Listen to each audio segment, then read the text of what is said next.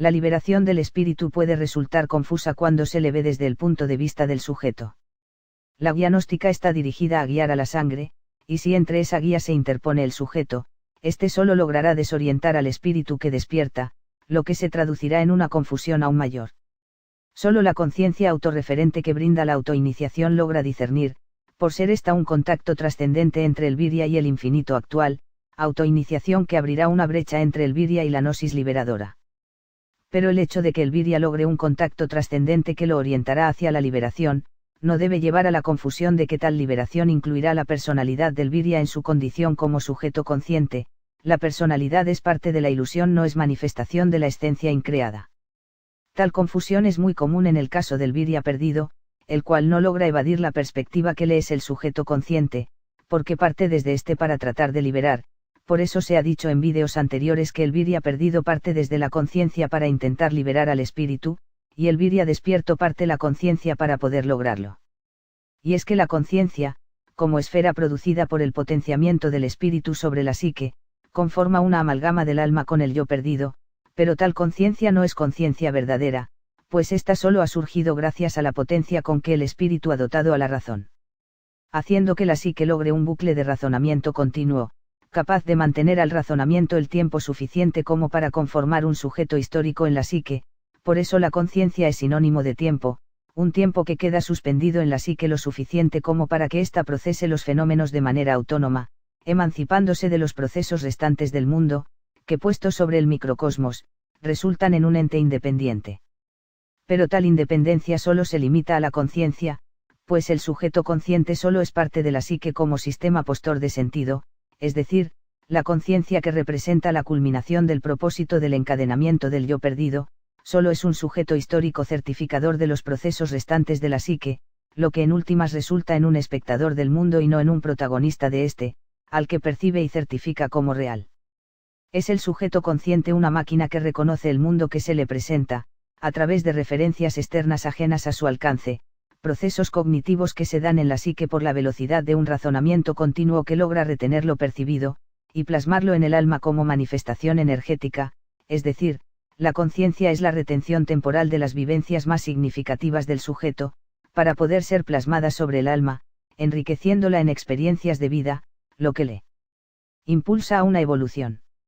En este proceso evolutivo en el que el alma se perfecciona, el espíritu no es tomado como esencia, sino como un simple potenciador de procesos cognitivos con los que el alma se perfecciona. Ello es parte del encadenamiento del yo verdadero, y si se busca liberarle por medio de la utilización del sujeto consciente, solo se estará logrando aprisionarle aún más, pues cuando el Virya no lee los textos gnósticos con la sangre como guía, solo estará adquiriendo un conocimiento que quedará plasmado en su alma como experiencia de vida, y no recuperará la sabiduría que su esencia expone a través de su predisposición gnóstica. Pues la sabiduría no se adquiere como un conocimiento, sino que se recobra como parte de recobrar la existencia, lo que es la verdadera liberación espiritual. Vemos así que la conciencia con la que cuenta el sujeto, es solo una copia de la conciencia genuina, donde esta última lleva tal calificativo, gracias a que no se da como un proceso causa-efecto, estimulado por un fenómeno externo, y procesado para lograr reconocer a tal fenómeno el tiempo suficiente, como para que éste quede plasmado como memoria, en una expresión energética, y pueda mediante ese mismo proceso, demostrar su supuesta existencia. Al dar como existente ese proceso mediante el proceso mismo, el sujeto consciente justifica su existencia, pero ello solo demuestra que tal existencia radica en una paradoja irreductible.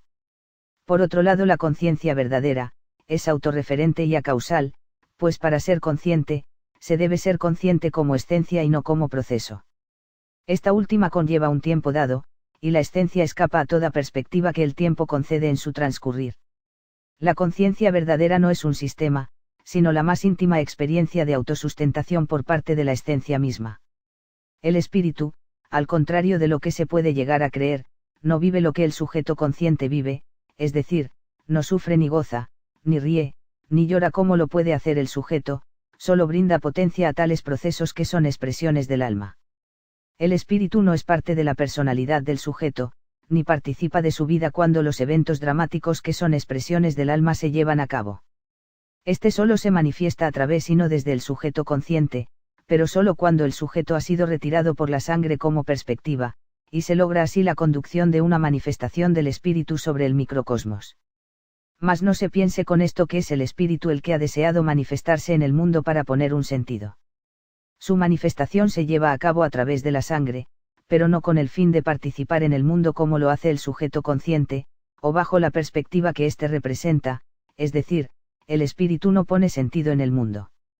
Si hay una manifestación de él en lo creado, no es porque él así lo quiera, sino que la esencia increada solo está regresando a su normalidad, y es en tal reversión, que la perspectiva potenciada por el que es el sujeto consciente, está siendo diluida, desmembrada en su constitución como parte de lo creado. Al espíritu no le interesa destruir al sujeto consciente o al mundo creado. Si tal cosa sucede es porque ha sido el mundo creado el que se ha interpuesto entre el espíritu y su origen. El espíritu no es un destructor de mundos porque ese sea su propósito, porque esa sea su finalidad, o porque así lo desee. Tal cosa sigue siendo un punto de vista dado desde lo creado, ello es parte de la perspectiva del sujeto consciente. Si un constructor edifica una casa sobre una zona sísmica, no se espere que el sismo abandone su naturaleza solo para que la casa permanezca en pie. En tal caso ha sido el constructor el que ha equivocado el terreno para hacer su construcción, y no el sismo el que ha actuado contra esa edificación premeditadamente. La contrariedad que el mundo creado ve en su destrucción por parte del espíritu, es solo su propia perspectiva. Perspectiva que el Viria perdido asegura en su lógica, en la que piensa que marchar en las filas de aquellos que han sido llamados por la sangre, representa la destrucción del mundo como un propósito del propio espíritu, como una decisión tomada desde lo increado hacia el mundo creado, como una venganza del yo ante su encadenamiento, pensamiento que solo representa la incapacidad de la lógica consciente para percibir la verdad increada. Y es que para el espíritu no hay un encadenamiento como tal, lo que está encadenado no es la totalidad del espíritu, sino el yo perdido que es solo una manifestación de él. El espíritu solo está siendo aprovechado en su potencia, no es que haya sido sometido en su totalidad y esté prisionero del todo, solo ha sido desorientado para hacerlo vulnerable a una perspectiva que le parasita, pero no por ello deja de ser infinito y eterno, pues sin estas cualidades no serviría para ser parasitado. La liberación no es acto dado en el mundo, sino la erradicación de todo acto potenciado por el espíritu, lo que representa la destrucción del mundo por omisión y no por intervención. En realidad no hay nada que destruir en lo creado, es decir, destruir lo creado usando la creación misma es permanecer en la ilusión. Y por otro lado, como espíritu libre, la destrucción del mundo, como una supuesta intención dada por el propio espíritu, no sería estratégico, pues el mundo ilusorio es susceptible de ser potenciado por el espíritu, sea cual fuere la intención que éste tuviera hacia él. El espíritu no conlleva intención alguna, es inocente y puro en la eternidad, y al potenciar la ilusión, automáticamente genera una perspectiva que llamamos yo perdido. Ello ocurre gracias a cómo está conformado el mundo, como se dijo, el mundo es susceptible de ser potenciado, tal y como lo es un velero de ser impulsado por el viento. No es que el viento desee impulsar el velero mediante una decisión, conformando para ello una acumulación de viento detrás de la vela, acumulación que es análoga a la hipóstasis del yo infinito, llamada yo perdido, para que el velero cumpla su propósito, sino que el viento ha sido aprovechado en su potencial para hacer que el velero pueda ser impulsado. Es así que en el momento en que el espíritu voltee al mundo para desear su destrucción, aunque su intención fuese de destruirlo, quedaría parasitado de nuevo por haberlo afirmado como una cosa existente, aunque sea para ser destruida, porque el mundo ilusorio funciona por el sentido que se le ponga, pues aunque se le niegue, se le estará afirmando por negación, porque para poder negar algo se le debe tener presente. La esencia increada solo debe permanecer inmersa en su propia existencia, afirmándose a sí misma como una mirada gnóstica orientada hacia la eternidad, de lo contrario, su vector de potencia quedará expuesto para ser parasitado por una voluntad ajena, mediante una puesta de sentido. La potencia increada no tiene más propósito que existir, no tiene una carga pues no es energía, la potencia del espíritu es posibilidad pura. Puede notarse con ello, que el mundo es paradoja, atrapa por la perspectiva de serlo.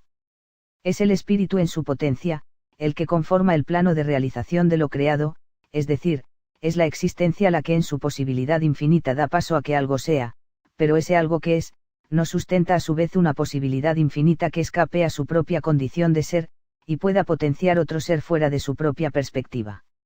El ser es solo una creación de la existencia, estéril como sustentador de una existencia genuina, y dentro de sus posibilidades no cuenta con la potencia para hacer posible lo que el ser lleva como imposible.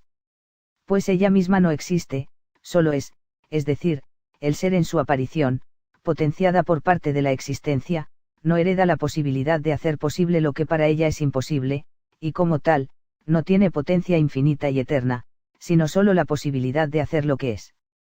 Queda así relegado a sus propias posibilidades como algo que ha sido creado. Tal creación de la existencia, es capaz de poder ser estructurada para su posterior reconocimiento de él mismo como un ser, pero tal facultad escapa a sus alcances, porque él mismo no puede ser consciente de sí aunque pueda ser estructurado y potenciado por una existencia con el fin de serlo, simplemente porque no tiene la suficiente potencia para lograrlo. Para ello es necesario echar mano una vez más de la existencia, hacer posible lo que el ser conlleva como imposible.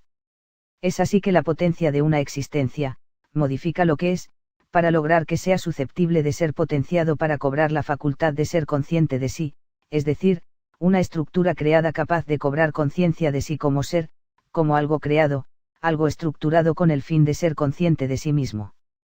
Y en el que otra existencia espiritual, es usada para potenciar al ser en su estructura creada y brindarle esa facultad de ser consciente. Tal facultad es tomada por el propio ser como el principio de su existencia, pero ello es perspectiva, pues tal cosa solo es el principio del mundo del que es partícipe.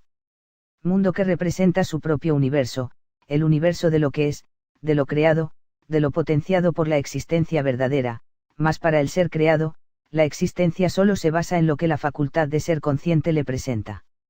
Es así que se alcanza un nivel de realidad ficticio sustentado en uno verdadero, nivel que muchos aseguran existe por percibirlo a través de esa conciencia creada, o simplemente porque ha sido creado por una existencia verdadera.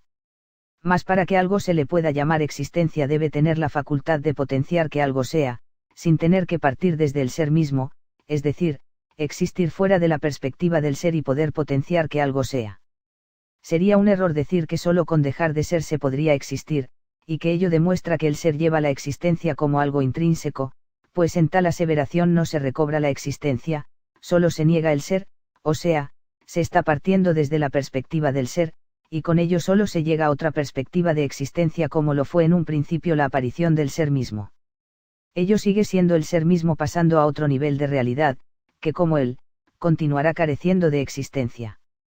No es lo mismo existir que asegurar que se existe. Por ello el espíritu está fuera de los alcances del sujeto consciente, porque el sujeto como un ser creado, da como existente lo que percibe dentro de lo que su ser logra accionar. Sin la aseveración que el ser afirma sobre sí desde un referente externo para indicar su supuesta existencia, como lo son los procesos cognitivos, quedaría sin poder sustentarse a sí mismo, pues es el propio ser el que afirma su existencia mediante un proceso, mediante algo ajeno a su propio ser, es decir, basa su existencia en una referencia, que aunque es una referencia a sí mismo, tal aseveración es relativa, pues se basa en un razonamiento o en un sentir, lo cual no alcanza la cualidad de verdadera existencia. Pues la verdadera existencia, se autosustenta fuera de todo referente externo, es decir, experimentación pura, experimentación que el ser como creación relativa, refutará de inmediato por no poder ser demostrada dentro de sus parámetros. Lo que en realidad no quiere decir que el ser contenga en sí la existencia genuina, sino que con ello solo demuestra que es incapaz de experimentarla. Es así que lo creado toma potencia de lo increado para poder asegurar su estadía, pues no se le puede llamar existencia a su aparición, ya que fuera de la potencia que recibe por parte de la existencia, es decir, el espíritu, carece de autosustentación. La conciencia del espíritu está implícita en la existencia como la más íntima vivencia de la existencia misma. Notemos que la conciencia, como posibilidad dentro del alma solo justifica su existencia, mas no puede definir el momento exacto de su verdad existencial, gracias a que está conformada mediante un proceso cíclico al que da como esencia, pero que carece de un momento único en el cual asegurarse como existente. En pocas palabras, la diferencia entre una existencia ilusoria y una existencia genuina, es la diferencia entre justificación y justicia.